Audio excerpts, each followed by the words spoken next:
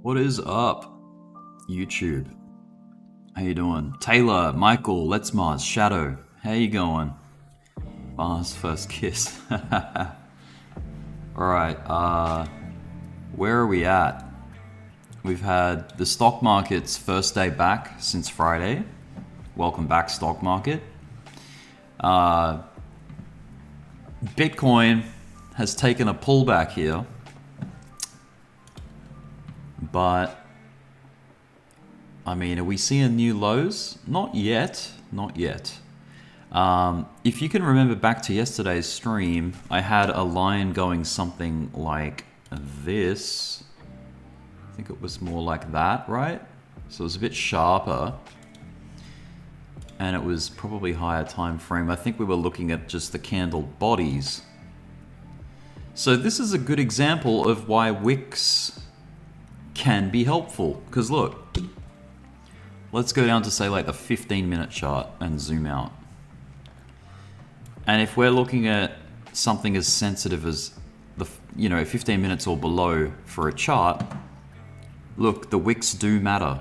Look, wick to extreme here, wick. It's candle body, but anyway, you get the gist. Wick to body in this case. It's just pivot to pivot. That's all it is. It's not body or wick. It's just pivot to pivot. That's the point.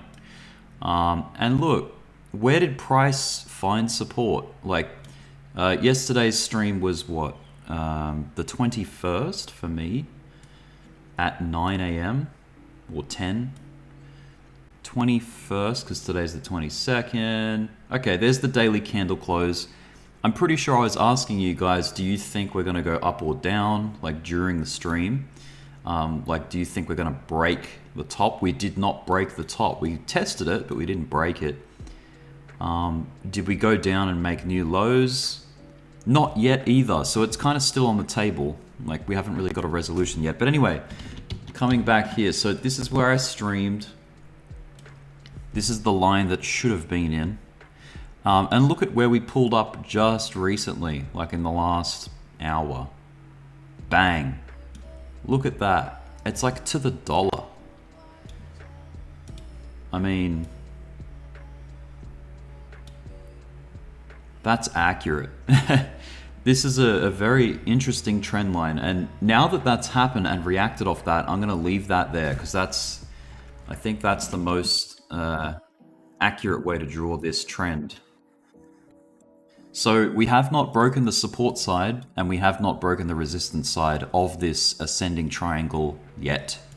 It is still playing out, guys. What is the structure? It is this.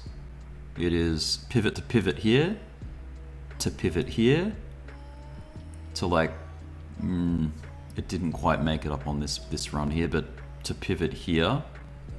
Like we're just using extremes, right? To there, to there, to there, to here. And now, what are we doing here? Like what's next? Are we like zigzagging our way back up to here to test the top again? Or is this it? Is this us on our way down to break our previous lows here and here? Like, are we coming down to break those? That's not evident yet. We have not crossed that bridge yet. So we are still very much respecting this trend line here on Bitcoin. You know, I can see obviously both are possible, right? But what's probable? What is probable? I think if we look across to the stock market, because you know, crypto still borrows a lot of sentiment, as I've said many times, from the stock market, and I think it's worth looking at that. So let's check out how the SPY performed. This is the DXY. It's been very choppy, the DXY, so nothing too decisive there yet on the DXY. If we zoom out, I mean, like you can see, obviously overall it's on some kind of a bounce, an uptrend recovery off the huge downtrend that it's been on. The line in the sand for the DXY is this pivot up here. For me, it's broken out of a descending trend line. So we see that, the resistant trend line here, the blue, it's broken out of that. So much the same as what the stock market has done in recent weeks. It's broken out from a resistant trend line. It's come up, but it's capped resistance. It's met resistance with a similar high to what happened here to over here. So it's pulling back, no question. Let's see. So we're on the daily chart here. It's interesting because look, if you zoom out, maybe if we go to maybe the 2-day, because we want a bit more data or data. Maybe the 3-day. Okay, yeah. So interestingly enough, the DXY's peak top was the 23rd for me, the 28th, probably the 27th for you guys, of September last year. Now, what is that? How does that translate to the stock market over here? That's this around this point here. So the DXY topped at around this area. And obviously the stock market being the stock market, it only trades 5 days a week and for like 6 or 7 hours at a time, something like that. So yeah, we're gonna have a lot more candles on this chart than we are for the sorry, a lot fewer candles on this chart, which is why you can see more of its history on the chart. Whereas the DXY trades more frequently. So maybe if we change this potentially to the futures S&P chart, maybe the US 500 chart, is that going to give us any more similarity to time frame? Not really. Okay, anyway, let's see. So DXY peaked out around here. And kind of like clockwork, as the DXY plummeted, the stock market rallied up. Now this peak here, why did it peak here? Why did it get rejected? Because the DXY fell still. So look, tandem. We had DXY falling and stock market falling together. Like, that seems weird because they were inverse. There was an inverse relationship, you know, for the previous, 6 or 7 months, right? So what the hell? So anyway, a fall here, but then a stock market rise and it made a higher high, right? So cool. We're back on this inverse relationship with the DXY. And, as you guessed it, DXY pumps, stock market falls. So we're back on track with this mirror image of the DXY in the stock market. This is pretty much why I've called the title, or you've seen the thumbnail for this stream, is Bitcoin versus the dollar.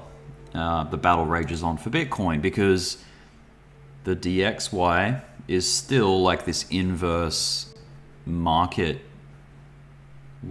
measure that we can use. We measure the inverse relationship. Okay. I'll be cheering when that relationship stops, but for now, that's what we got. So I don't, well, honestly, I think that is a very reasonable and ongoing relationship, because stocks and Bitcoin and crypto are measured against the dollar. Oh, that's how we measure it, right? We derive Bitcoin's price against the dollar. So if the dollar's going up, naturally Bitcoin's valuation will fall. Wait, did I say when the dollar pops? Anyway, when the dollar goes up, yeah, when the dollar goes up, Bitcoin's valuation against it will fall naturally. And then when the dollar falls, Bitcoin's valuation will go up naturally. So for those curious of that, I'm sure, obviously, I think most of you would probably already know that. What's up, Aaron? So let's have a look. We've got, I mean, let's go to the daily chart here. What a horrible day of retracement for the stock market. I mean, for the S&P, right? 2% down, that's pretty violent. Like that's, yeah, we haven't had one of them in a while. Because I think that includes the gap. It's not just the candle, maybe? Let me see. Candle body. Yeah, the candle body's 0.9%. If we zoom in and have a look, we measure that. Candle body, 0.9. It's basically 1%. But including, like if you include the gap that it left behind, which is basically the close of the previous traded candle, which is up here, then you get a drop of 2%, which is why you get that 2% reading over here, 2.01% drop since the close of the previous day. So, damn. Let me go to the 5-minute chart. Yeah, there's Monday's, well, Tuesday's performance. First day back after the 3-day holiday. The bears would love this. So there you go, bears. There's a present for you. Giant gap. Is the market happy to leave a gap like that behind? Not usually. I mean, check out this gap. This gap didn't even get filled properly. It got partially filled here. And again, partially here. So there's still probably like this amount of gap left on that move. So, you know, are these to be reclaimed? I think so. Is it going to happen tomorrow? It's not likely. I mean, but it's going to happen at some stage, right? These gaps will get filled on the stock market, on the S&P 500. So let's go back. All right. So how does this all translate back to Bitcoin? Let's compare the S&P 500, so this chart, with Bitcoin. So I'm going to bring up Bitcoin on this side, on the right, like this. You can see my squiggles are in there. Let me delete that, delete that. All right, let's go full screen. And we're down on the 5-minute. That's totally fine and reasonable to use. Now the stock market window started here. So yeah, initially, like this is where the stock market action existed between these brackets, and it stopped here. Pretty much inside these. Okay, so there, I'll just circle it. There you go. That's what the stock market's influence did to Bitcoin here. I'm going to delete this line here because it's unnecessary. These squiggles. Okay, now we've got like a reading of what happened. So we have actually fallen since the close of the S&P. The S&P has, you know, closed for the day, yet Bitcoin decides to take another leg down to test that line that I was describing about, you know, however many minutes ago, 10 minutes ago. So,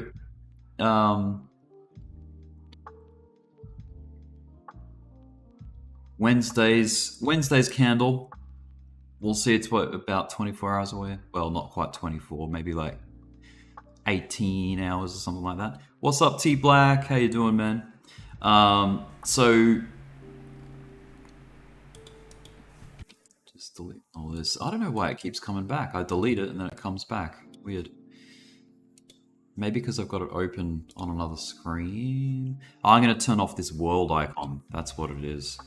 Every time I do a drawing and the world icon is on, it syncs to my other screen. I'm going to turn that off. I just want it to be like exclusively on the chart that I'm looking at, rather than syncing to every single Bitcoin chart that I have. Okay, that's better. All right, there's my sort of solo Bitcoin chart just by itself. All right, so stock market begins and ends in this zone here. Basically. Okay. And yet Bitcoin's price action is further down. Holy crap, T Black, you're the man. You're amazing. Thank you, mate. I appreciate that. It's very helpful to the channel. So yeah, this was today's range on. So it ends at 7 o'clock my time. Yeah, okay. So it's just weird that this, like, what has caused this? We've dropped from 24.5 down to almost 24k. Like it's brought us in to test this. So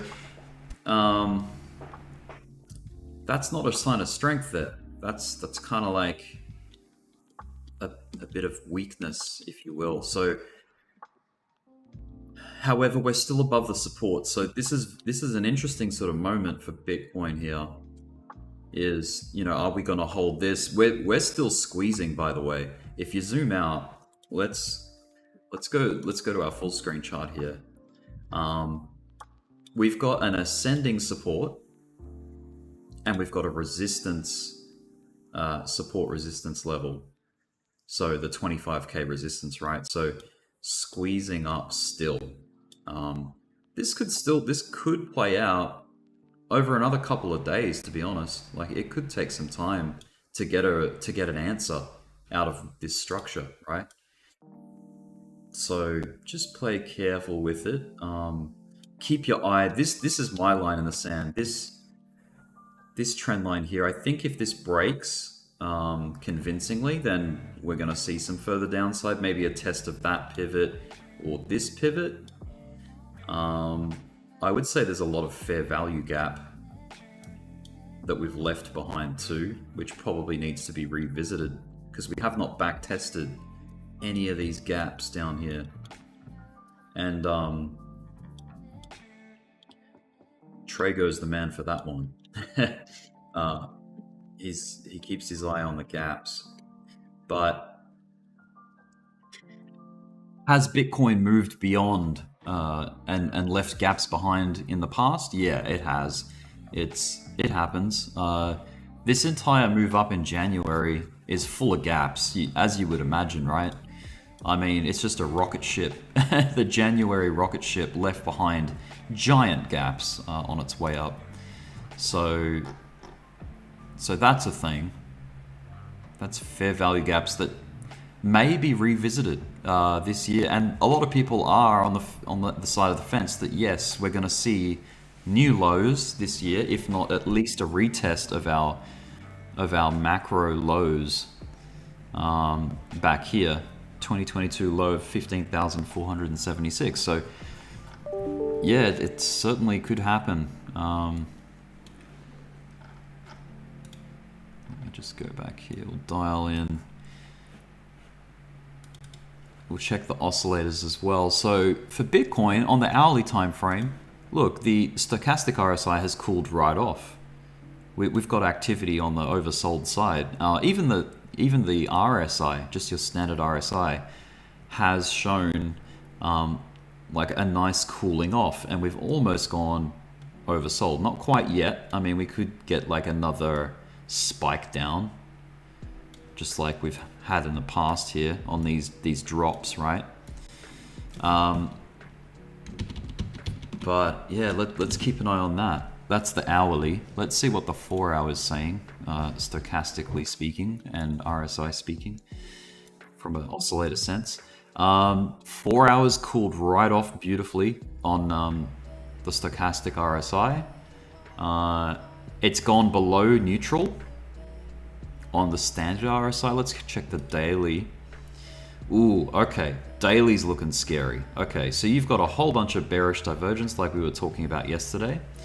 We're no longer overbought, which is cool for RSI. That's good. We want to see that. We want to see us come back to neutral, if anything. From a bullish case, like for the bulls, for the sake of the bulls, if we can maintain levels above this low, that will keep us alive, this trend alive. You know, where if we were to start dropping here and we lose 21,300, that's when market structure has been broken. You know, you get a change of character. So the character would change and we would drop, likely. You know, we would start downtrending. But we're nowhere near that scenario yet. So that scenario will start looking a lot more probable and possible if we lose the lower time frame supports, like and you know, previous pivot points. So here, and it was the November high that we were talking about, wasn't it? So this point is the line in the sand from a higher perspective, but from a lower time frame perspective, yeah, these are like the canaries in the coal mine. If we lose these lows, then these lows are looking obviously more probable. But until then, look, we're higher lows. We've got our lowest low here, like in this frame, and then we've got a higher low, and a higher low. That's as simple as it has to be, guys. It doesn't have to be any more complicated than that. You know, still bullish. Can it turn around and dump and lose these lows? Yeah, of course. It can. It really can. But until it happens, until we see this first low get lost, then it's game on for the bulls. Like, we're still in the build, because I'm a bull, right? I identify as a bull in 2023. It's, as a bull, you know, we're still looking okay. Until we lose this, you know, I can wear a bear suit. You know, if we lose this, I can get bearish and say, okay, we're correcting here. This is actually lining up as an opportunity for my bull bias. Like, you know, I'll buy any, like, you know, if there's a significant correction, I'll be there lining up to take advantage of the correction and placing bids for my next bull, for my next long position, right? That's all it is. To me, corrections aren't something to prey on or like to hope for.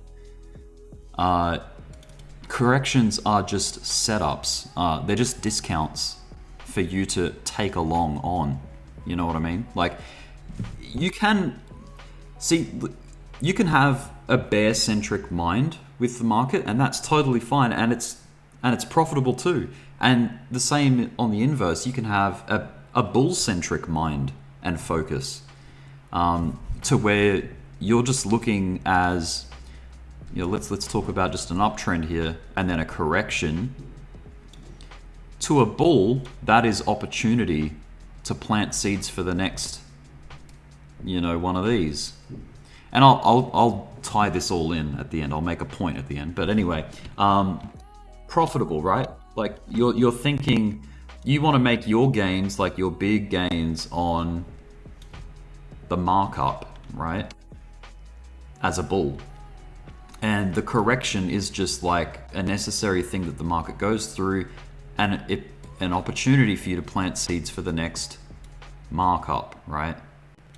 So as a bear though, like, you're basically doubting a move continuing higher. You're like, okay, this has run out of energy. I'm going to short this because I don't see further potential for growth here.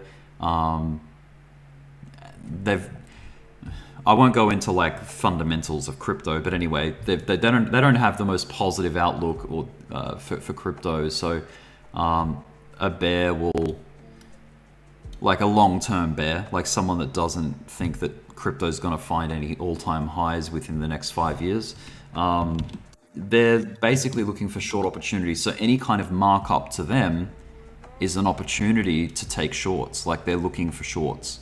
That's what they're hunting for, because they expect negative price action or negative markets. You know, it's the recession boys and the recession girls, like the recession people that are like preying on a recession for this year. You know what I mean? They're the ones that look for the negative opportunity of price action, turning it into a positive, of course, because they're profiting off it. But look, the best thing to do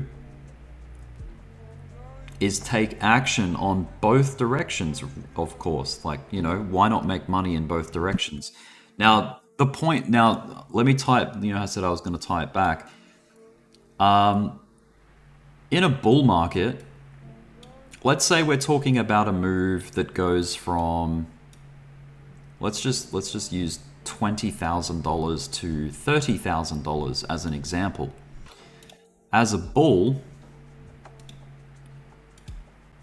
why is this move more profitable than the same move down as a bear? So I have to change this, sorry, one sec. Let me try and do this as quickly as I can for you. Something like this. Okay. And we all know that bear trends tend to be a lot more rapid. Like a drop in the market, it seems to be, in most cases, a bit more rapid in time, because bears take the window, bulls take the stairs, so the saying goes, right? But look, as a bear, yes, potentially you wait longer for your result, right?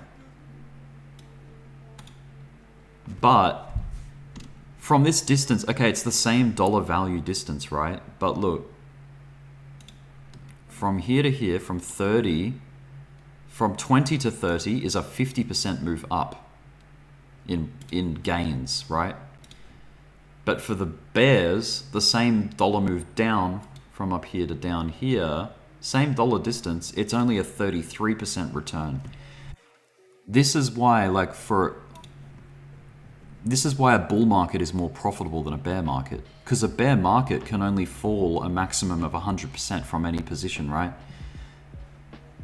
Maximum. And it rarely, it probably won't fall 100%. Otherwise you would, it'd be over for that, whatever you were trading, right? So yeah, high, like beyond 90 seems to be like anything between 90 and 95 seems to be the max pain for any kind of crypto. But anyway, the point is, like, the upside potential for gains is way more profitable in a bull market, guys.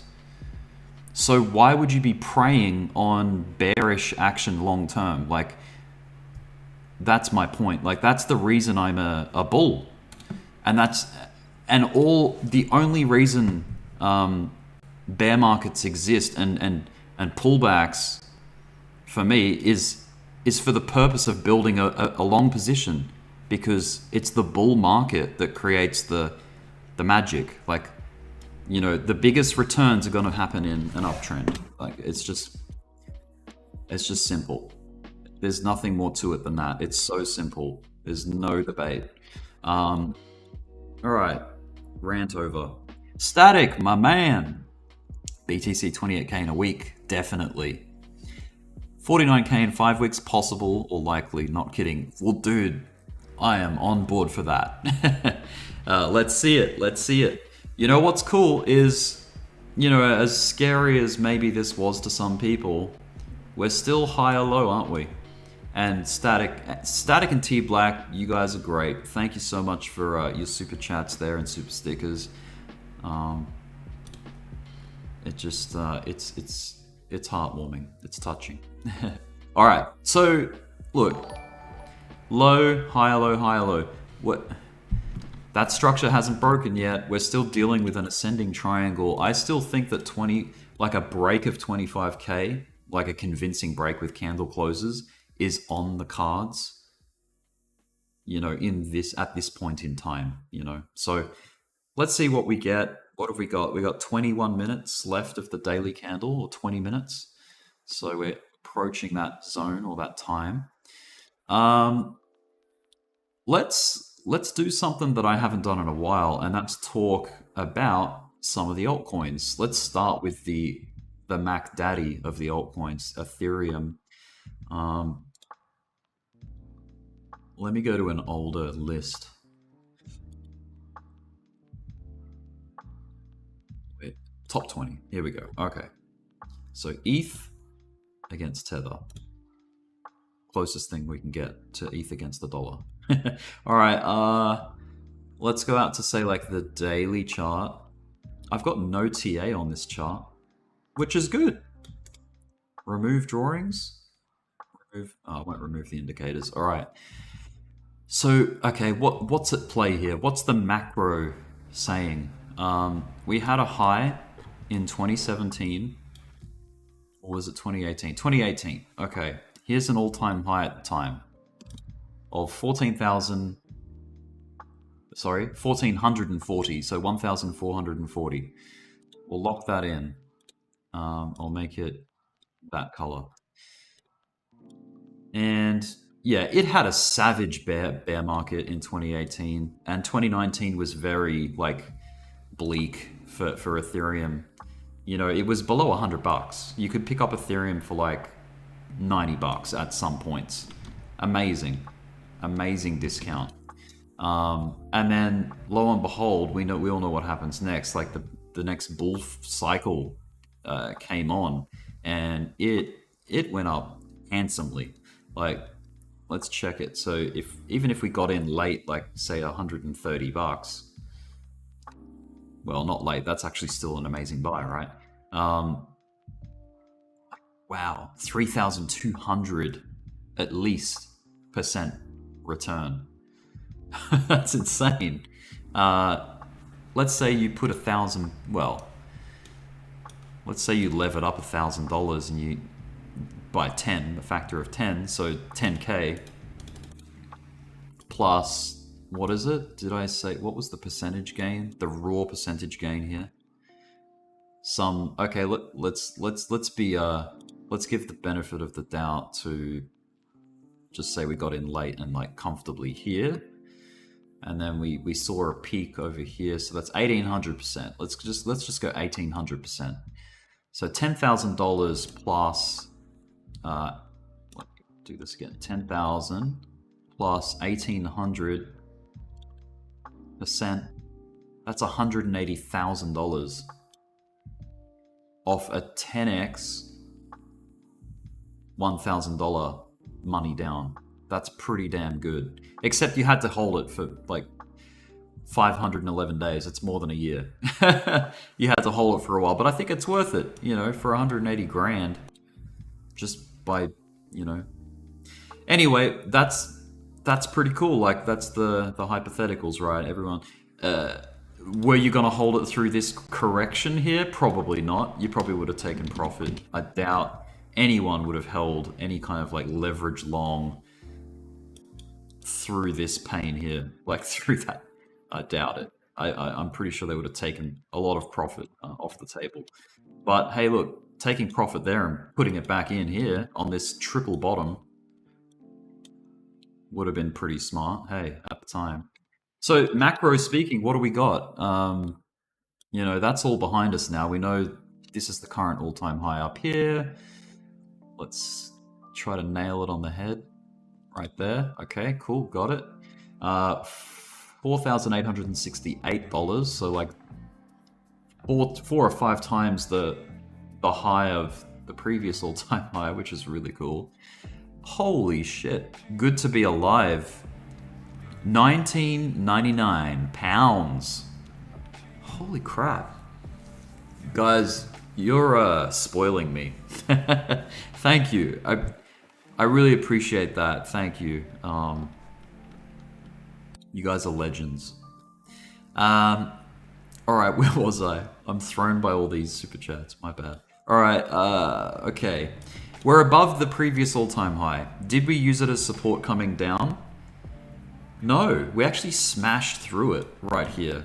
June was very ugly. That was a huge capitulation. I think that was max capitulation for a lot of the market. If we were to go to like a total market cap, I think you would have, and I'm going to do some total analysis, by the way. We've got 15 minutes till the daily close, so I'll try and do it. I'll try and do all this within 15 minutes, but let's go. All right, so still a pretty, I feel that this is still a significant line in the sand. We had a bit of action off it here as support. We totally ignored it through here, but that was a very violent drop that the whole market saw. So, but yeah, look, time and time again, you can see examples of this level getting some kind of action. Like even this area, like was zigzaggy, like there's a bit of chop going through 14,400, and recently we almost pulled back to it in the last couple of weeks, like. But look, we're above it now. We've started making structure above that level.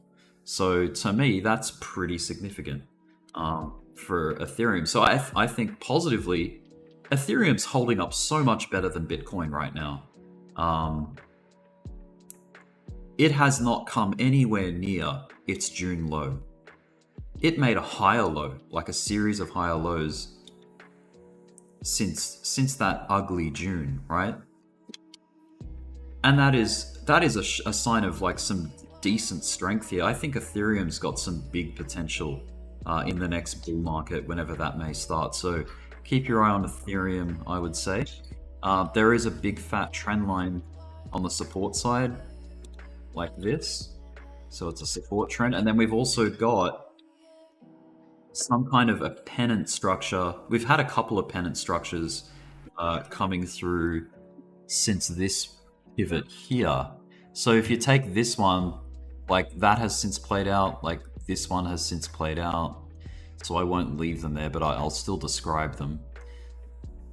But now we're dealing with this one here. Like these are our extremes, right? These are our boundaries, if you will. Resistance, so blue. Okay. So let's keep our eye on that. Let's see how that's going to play out.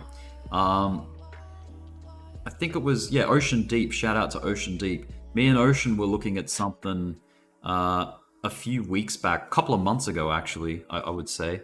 And it was this. I think it was this.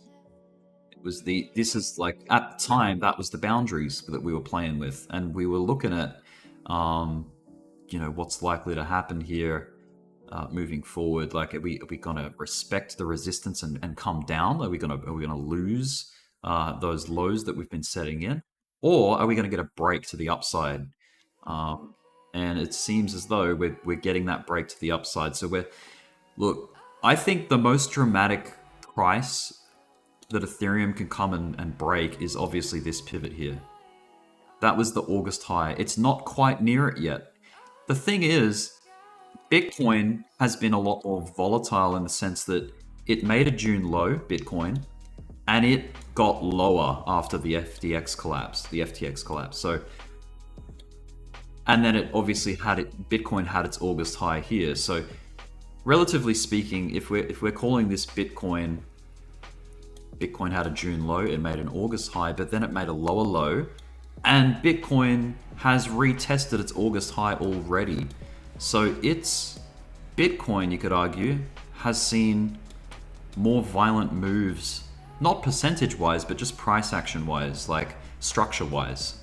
It's got lower than its support, Bitcoin, and it's tested its resistance, Bitcoin. Whereas Ethereum is squeezing like crazy. So it's like it hasn't seen the same kind of behavior as Bitcoin has seen over the past 6 months. So Ethereum's building something really big. That's what I feel. So it might take a couple more months, or maybe we do get something happening you know, certainly before August, right? Before the end of August. So yeah, that's going to be interesting to track. Let's keep our eye on this structure, this pennant that we've got going on. Now, textbook speaking, right? We are in a downtrend here on Ethereum still. That hasn't changed. We've got a higher low though, so that's the optimistic part of this, is that we've got a macro higher low. And still a lower high though, because remember, a downtrend is defined by its highs, and we've pulled in a lower high. We're currently dealing with that lower high, so this is why I'm saying this is important, this pivot here. If we can beat it, or at least test it, and Bitcoin's under the same kind of like struggle now, it's just there a bit sooner. Bitcoin's trying to deal with this macro high that it's had recently. So yeah, this is why a lot of people aren't on board with a bull market just yet. You know, we've still got that box to tick. We still need to get above that recent high to call it a bull market. So, but it's looking good so far. Ethereum, you know, it's squeezing like crazy. That's all I can say. Anything lower time frame is not as important, but it's still, you know, it's still beneficial. This is the 4-hour chart. So far, this is, we seem to be pivoting. I mean, you could argue we seem to be pivoting here too, and here. So it's like, where is this pivot gonna kind of hold? But look, from a 4-hour and even a 1-hour perspective, I would say, is where we've got these. We've got higher lows. You know, we were making higher lows here. We broke structure and actually broke that combination and got lower. But then we broke the previous high. So it's like, okay, change of character cancelled. And we're still overall on an uptrend on Ethereum. But yeah, let's see how this plays out. We could start doing this. You know what I mean? Like, it could start building its way up to test that pivot that I'm talking about. You know, let's just see how it goes. Or it could get really ugly, rejected, and then come back down to test this trend line here, and God forbid break it and go down further. Oh yeah, let's see how it plays out. My hunch is that it's gonna stay healthy. I think that we stay above this 1440 line. Dare I say it? But yeah, you can see how magnetic that line has been. See how we've been like deviating above and below it? Like, it seems to be like a central line. Look at that. Almost bang central. And you see how like poetic these charts are. It's amazing how they just syncopate, like with specific line, like macro lines. Like this line comes from like 4 years ago. Wait, not quite 4. Well, maybe 4. What's 2018? 1 year, 2 year, 3 year, 4 year, or 5 years. My bad, 5 years ago. So this is a very old line. Crypto, you know, from a crypto standpoint, it's an old line, right? And look, it marries up with the structure. Not to the dollar, but pretty damn close. So that's interesting. Ethereum, what a coin. All right, that's Ethereum. What's the third largest right now? You know, stable coins, because stable coins are boring. Let's go to coin market cap. I think it might be, oh, it's not XRP, it's BNB. So BNB, then XRP. Let's just have a quick look at those. We've got, what, 7 minutes until the daily close. So where's my BNB chart? Let's save that ETH chart. Let's go BNB and then XRP. So BNB, it's come under a lot of scrutiny lately. CZ's been doing a lot of damage control. I think there were billions of dollars of withdrawals of value from Binance Global and probably US. So, and they've held up through that. you know, they met the requests of the customers, you know, that wanted to withdraw. So awesome, good on Binance for doing that, like to being able to weather that activity.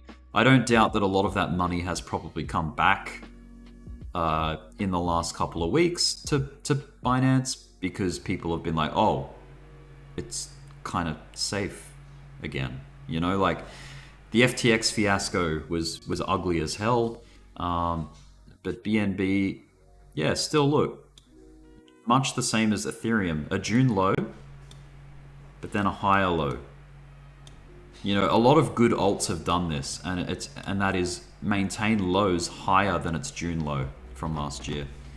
So yeah, that's good. Trying to remain unbiased. This is just purely market structure. Series of higher lows, right? Much similar to Ethereum in a way, is you're getting this squeeze happening. So that's BNB. If the market crashes, BNB and Ethereum, like the stock market crashes, Bitcoin, Ethereum, BNB, all of them are gonna pull back and probably go on support hunts, you know, like trying to find where the hell the support is again. But for now, like as it stands, yeah, it's looking healthy. It's holding ground, right? But it's gearing up to something. It feels like there's gonna be some kind of big resolution on the way.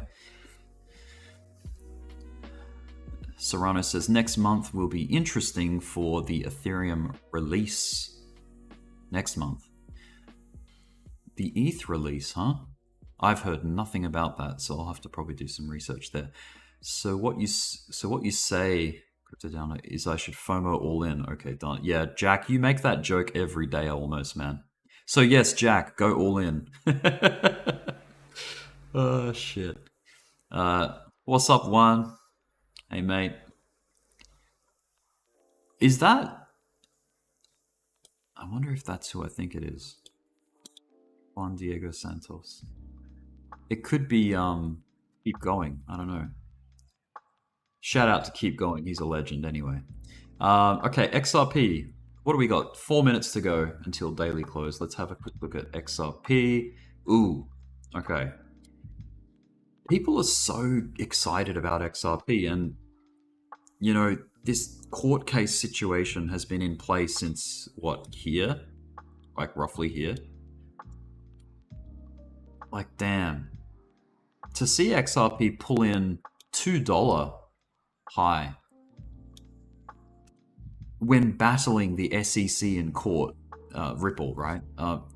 That's awesome. That's incredible, right? Oh, ETH upgrade to Shanghai. Okay, gotcha. The Shanghai upgrade, right? So, damn. XRP can do wild shit even when the SEC is got it under its thumb. So, but I think there's been developments. Well, there's been a lot of developments in that situation lately. But look, the case is that the reality is on the chart that it's just like the others. It's in a squeeze still. There's been no significant move in XRP for a long time. It's been ages. But I would be tracking this. It seems to be some kind of descending triangle, right?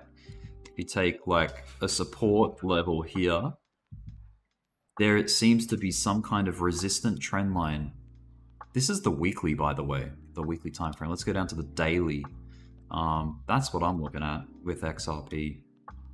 So bullish if it breaks this trend line, obviously, and bearish if we lose the support side, which my money, like if I was to place bets, I would be betting, not financial advice, that it actually does get that break up out of this triangle, this descending triangle. But we will see.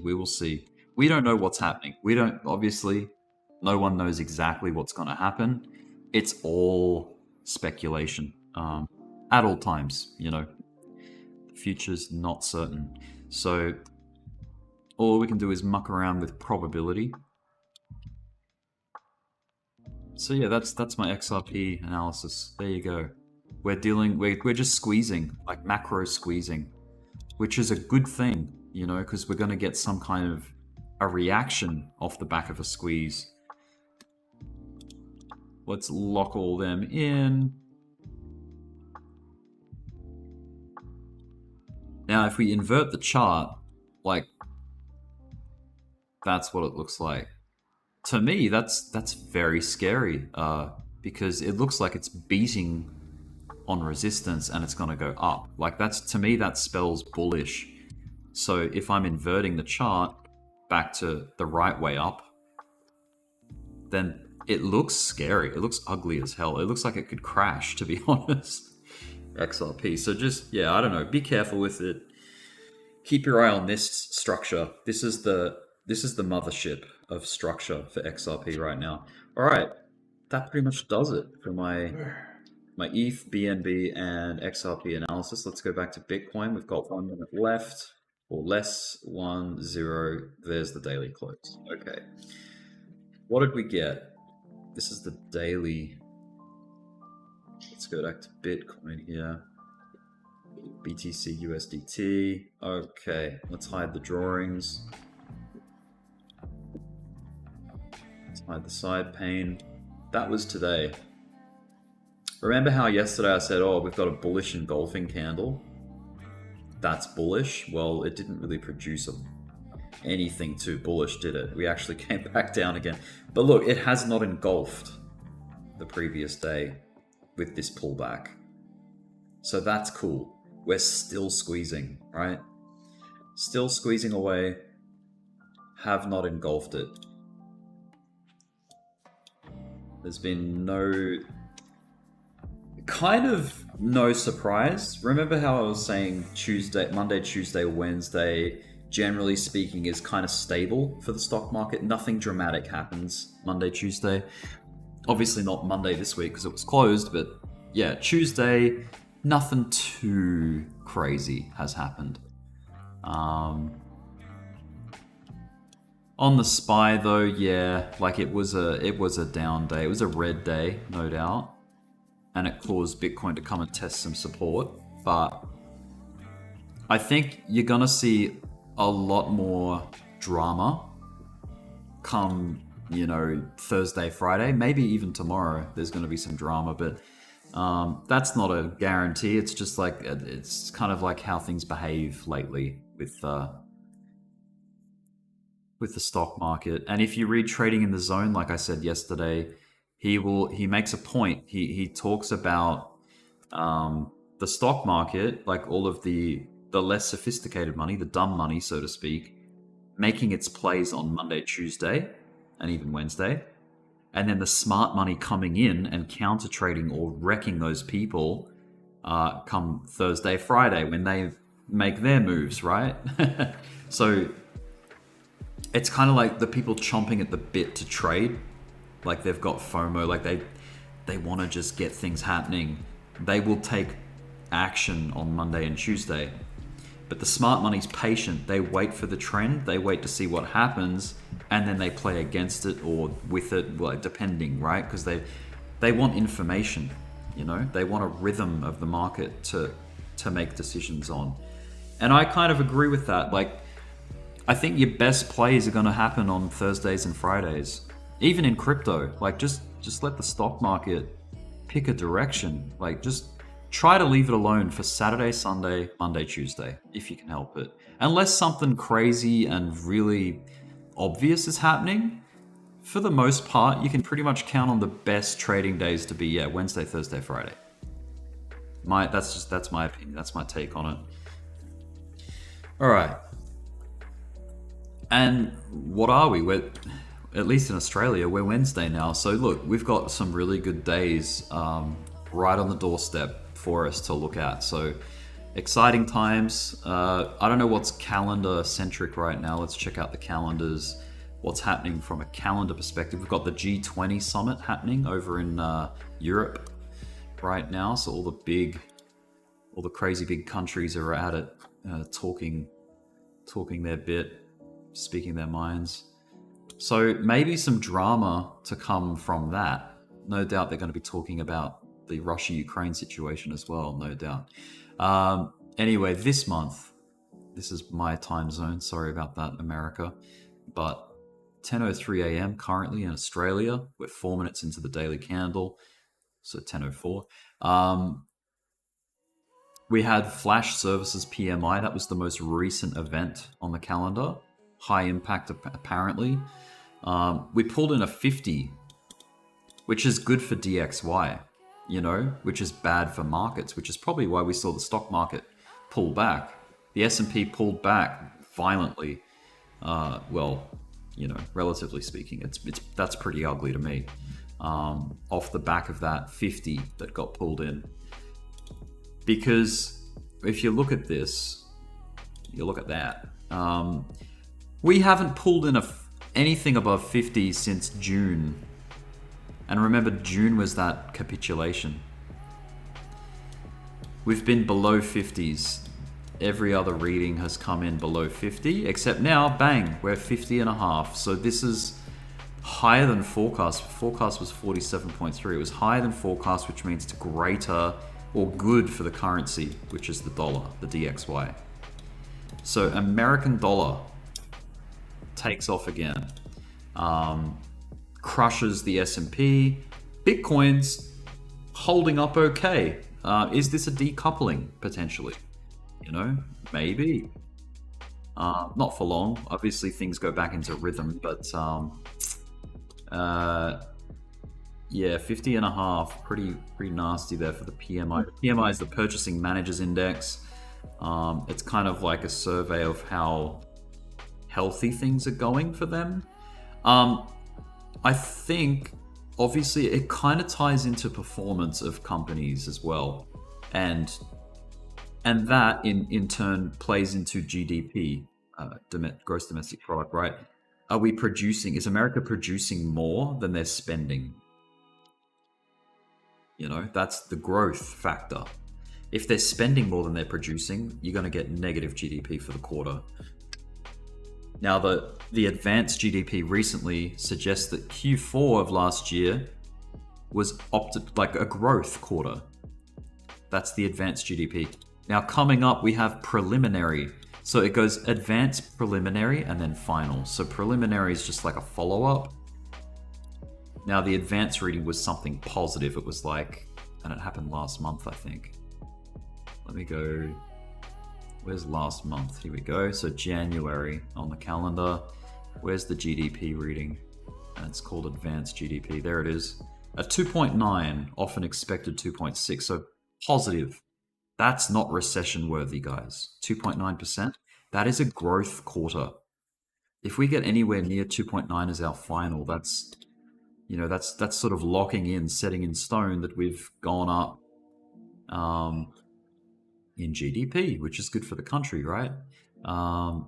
So this month, February, we're looking at,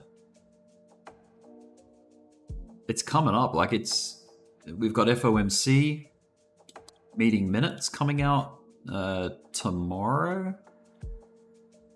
for me. Tomorrow for me, like the next day for you guys maybe. Anyway, and then obviously G20 is going on. So yeah, it's a pretty dramatic week if you ask me. We'll hear from Papa Powell, Jerome Powell, the chair of the FOMC, the Fed, and then yeah, that preliminary GDP forecast to be 2.9%, which is exactly what the reading of the advanced GDP was, and we'll see if it agrees. You know, it pulled in a higher result than the forecast, so advanced can be seen as a forecast. Preliminary is like another forecast. It's like a correction of that. They're probably like just reading more data that's coming in. And then final is like, okay, this is what we finally are recording as GDP for that quarter. So it takes a lot of time actually to report on the previous quarter. You know, it takes until it's like 3 months later. It's like, and then the cycle continues again. You go for advanced GDP in like probably April, right? To look at Q1 of this year to see how the GDP went for this quarter, like that we're in right now. So yeah, that's where we are in the GDP terminology. What else do we have coming up tomorrow? Unemployment claims, that's a monthly thing that we see that happen, and it's apparently it's a medium impact event. Medium impact expected. Impact expected. So yeah, 2.9 is the consensus so far for GDP. Now, what else do we have? We have PCE, a producer core expenditure. I don't know. Personal consumption expenditure. There you go. It's a little bit off there. And then that's it for the month. Like there's no more sort of high impact after that. So yeah, FOMC meeting minutes, that'll be interesting. See what they've been talking about. See if their stances have changed. And then GDP and PCE. And then we got 2 weeks until the next, once we get into March, it's March 14, I believe, is the next CPI. And we know that CPI tends to be a big deal lately. So that's cool. We got that coming up. That's come around quick. All right, Bitcoin. We've had the daily close and it's recovering. It's almost recovered this ugly drop that we've just come out of, right? Awesome. Good to see. I'm still messing around with Bonk, the shitcoin. I'm in a short from here, so maybe I should take a little bit of profits off that. But anyway, that's nothing that concerns you guys. But yeah, no, it's good to be trading again. So that's been fun.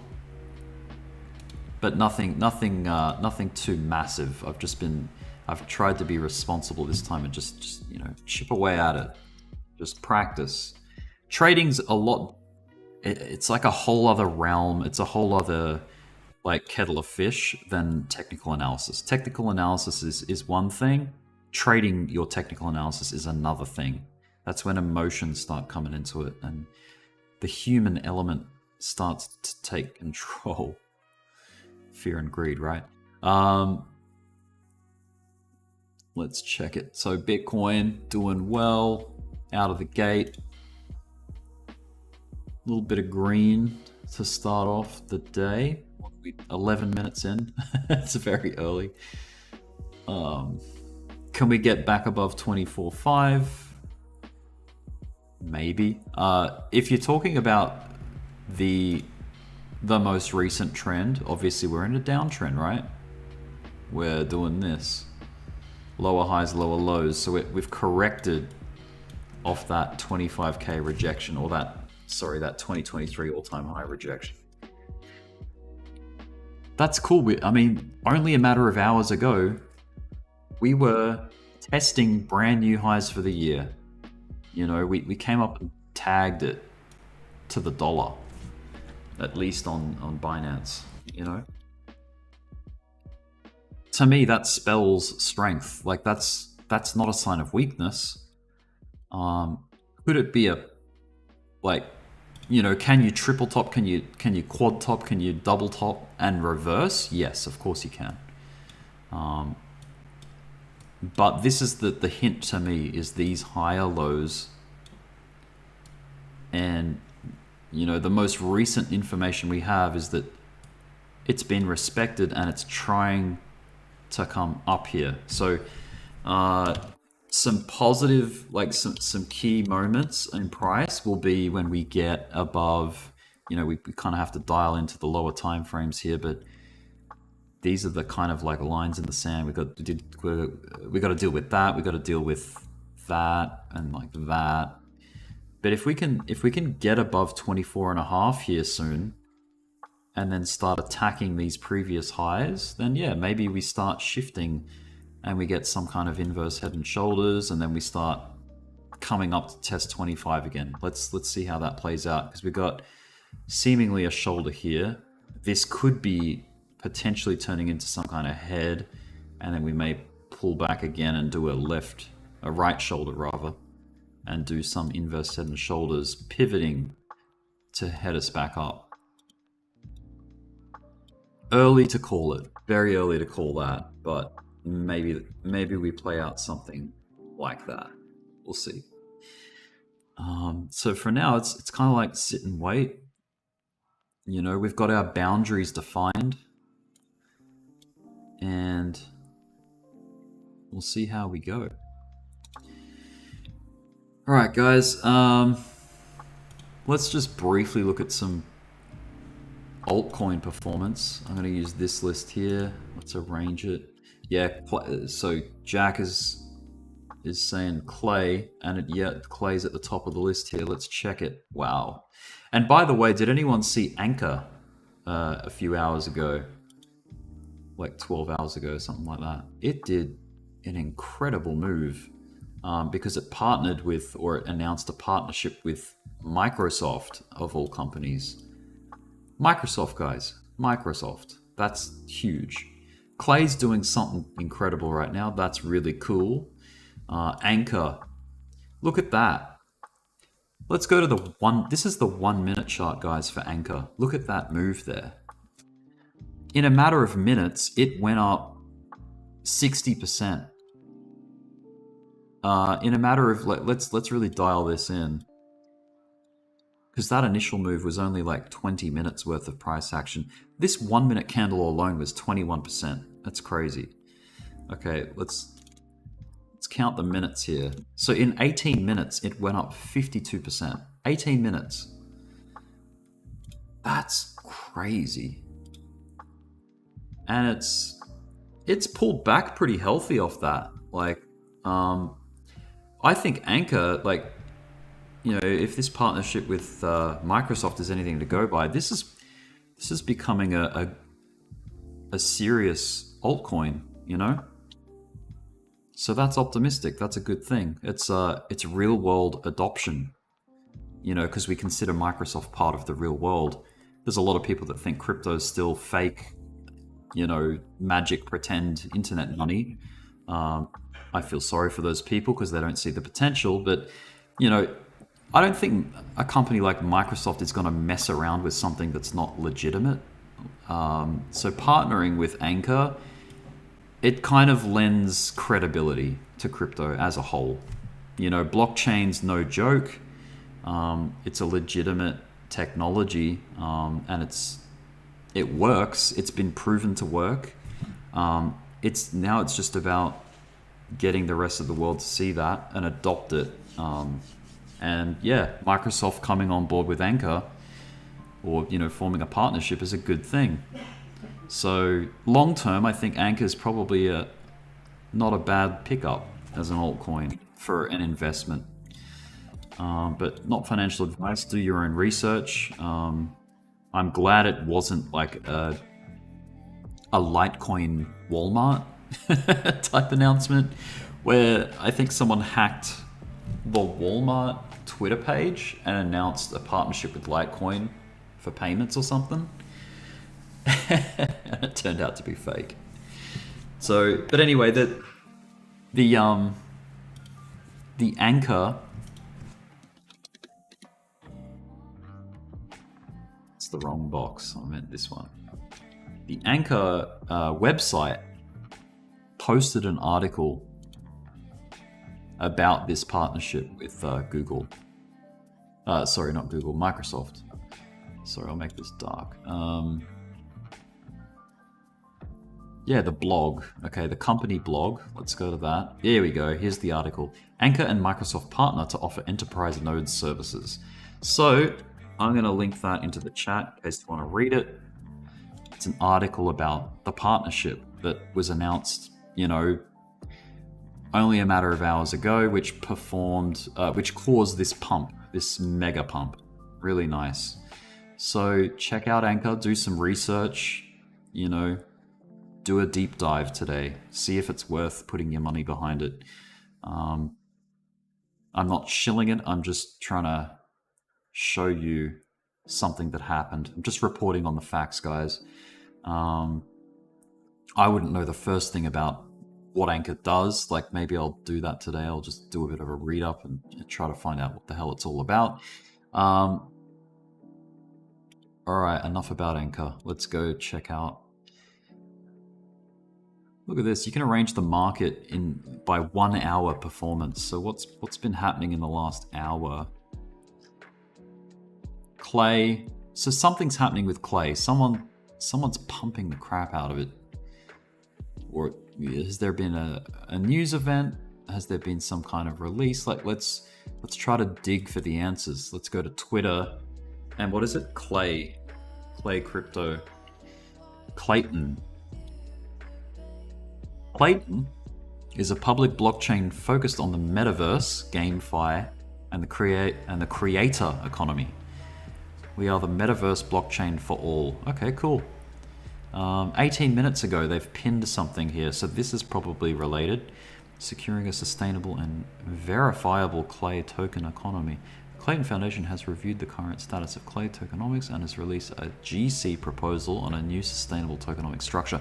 Okay, so they've done a big shake-up with their tokenomics, which is seemingly bullish. Like if you look at the chart for Clay. But yeah, do a dive into that today. See why the hell that's been rallying, you know? Like, what have they done to do this? Something has happened with Clay. They've shaken up the tokenomics, and it's now... people are seeing the light with that, the potential, and it's pumping. Be careful, guys. It's volatile right now. You know, if you are trying to FOMO, just try to know how to do it safely, and protect your back end, if that makes sense. Use a tight stop loss, wait for some kind of pullback, follow it stochastically if you can, and you want to wait for the stochastic on the 1 minute to cool. This is how I play FOMOs, right? I look at this because it's the most sensitive oscillator that we've got, and on the 1 minute time frame, at least the most sensitive time frame that I can look at, makes sense for like hunting out a potential point of entry for FOMO.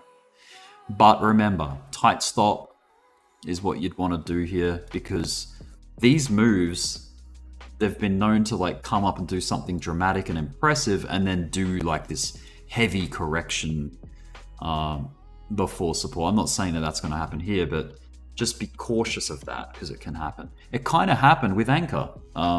Look, ANKR. Impressive move up, yes, but look at the violent correction off the back of it. Like it happens, you know? You get this ABC correction. And if you're catching, like I've been known in the past, I think everyone can attest to this, is they see something pump and they're very good at picking the top because that's when they get in. That's when they go long at the top, right? So yeah, be careful. Use a stop loss and just I wish you all the best with your FOMOs if you're doing that. But it's advised against. It's not real trading in inverted commas, right? It's not how you should trade. I'm not saying that you can't make money doing it. You just got to know to be careful. You got to know how to be careful. That's the main point. Remember, safety first. In all aspects of life, safety first. Protect yourself. And then, you know, once you've got that sorted out, the safety side, then cool. Where's the potential? Like, where can you make money? It's a volatility play. It's taking advantage of momentum, because there's no doubt, there's no question about it. Clay, even Ren. Look, Ren's charging up now too. Like, I don't know what the hell's... Is Ren done a tokenomics change? Who knows? Clay's pulling back. See what I mean? Like, this is the thing you have to be careful of. There could be a nice little FOMO entry coming up. Who knows? Just be careful with Clay.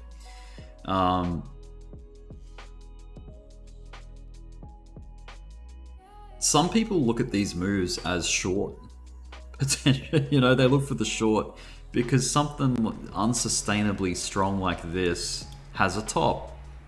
And, you know, you get the bears hunting out really nice entries into a short and they ride the quick move down, you know, because sometimes it comes down as quick as it went up. But in this case, I think, you know, like that's a legitimate, that's interesting. That's a change to the way the tokenomics work. So that could potentially see you know, higher lows, and then, you know, some more pumping, some more pumpage off the back of that. So just be careful. Anyway, guys, the market's doing stuff. It's moving. I'm kind of itching to make some plays. I'll try not to rush it. Let's do. I'll get in there and analyze as best I can and be careful. Use a stop loss, all that good stuff. But guys, be careful today or tonight, wherever you may live. And I will catch you tomorrow, similar time. And yeah, smash the like button. Sorry, I should have said that at the start of the stream, not the end of the stream. But anyway, thanks, guys. You're all legends. What did you say here, Jack? You said also a lot of small alts have been pumping over the last few weeks. Yes, yeah, they certainly have. Look, Clay's already off to the races again, it seems. So, all right, I better get going because there's things moving and I want to take advantage. Be careful, guys. Use a stop loss, and I will see you in about 24 hours or less. Okay, take care. Bye.